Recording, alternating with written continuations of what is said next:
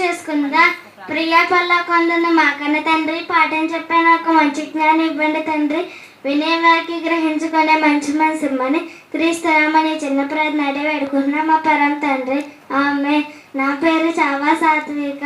నేను 4వ తరగతి చదువుతున్నాను. ఈరోజు నేను చెప్పబోయే పాఠం పేరు అబ్రహాము అనేక జనములకు తండ్రి ఎలా అయ్యాడు. అబ్రహాము అనే పేరునకు అర్థం అనేక జనములకు తండ్రి. శారీరకంగా ఇష్మాయేలు ద్వారా ఇష్మాయేలు, ఆరా జాతులు, ఇస్సాకు ద్వారా యాకోబు, యాకోబు ద్వారా ఇస్రాయేలు, కెతురా ద్వారా 6 కుమారులు, వీరి ద్వారా మిద్యానీయులు మరియు ఇతర జాతులు. ఈ విధంగా అనేక జనములకు శారీరకంగా తండ్రి అయ్యాడు.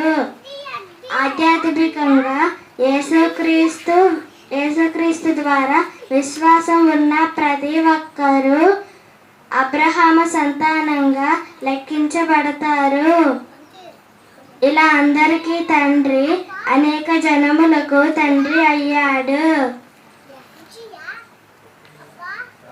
శారీరకంగా నెరవేరింది, ఆత్మీయంగా ప్రపంచవ్యాప్తంగా ఇప్పటికీ కొనసాగుతుంది.